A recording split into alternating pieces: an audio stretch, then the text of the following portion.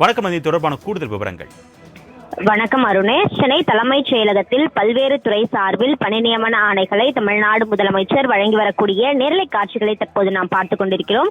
குறிப்பாக நிதித்துறையின் கட்டுப்பாட்டில் செயல்படும் கருவூல கணக்கு துறையில் தமிழ்நாடு அரசு பணியாளர் தேர்வாணையம் மூலம் கணக்கர் பணியிடங்களுக்கு தெரிவு செய்யப்பட்ட 537 நபர்களுக்கும் கருவூல கணக்கு துறையில் பணிபுரிந்து பணிக்காலத்தில் மறைந்த பணியாளர்களின் 10 வாரிசுதாரர்களுக்கு கருணை அடிப்படையிலும் பணி நியமன ஆணைகளை வழங்கிடும் அடையாளமாக 10 நபர்களுக்கு பணி நியமன ஆணைகளை தமிழ்நாடு முதலமைச்சர் வழங்கி வருகிறார்.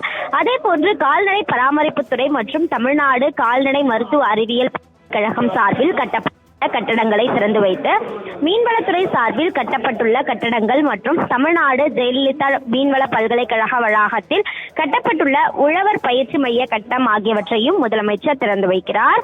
அதே போன்று மீன்வளம் மற்றும் மீனவர் நலத்துறையில் 35 உதவியாளர் பணியிடங்களுக்கு தேர்வு செய்யப்பட்ட நபர்களுக்கு பணி நியமன ஆணைகளை வழங்கிடும் அடையாளமாக 3 நபர்களுக்கு பணி நியமன ஆணைகளை வழங்கி வருகிறார். இதுபோன்று பல்வேறு துறை சார்பான நபர்களுக்கு தமிழ்நாடு முதலமைச்சர் சென்னை தலைமைச் செயலகத்தில் பணி நியமன ஆணைகளை வழங்கி வருகிறார்.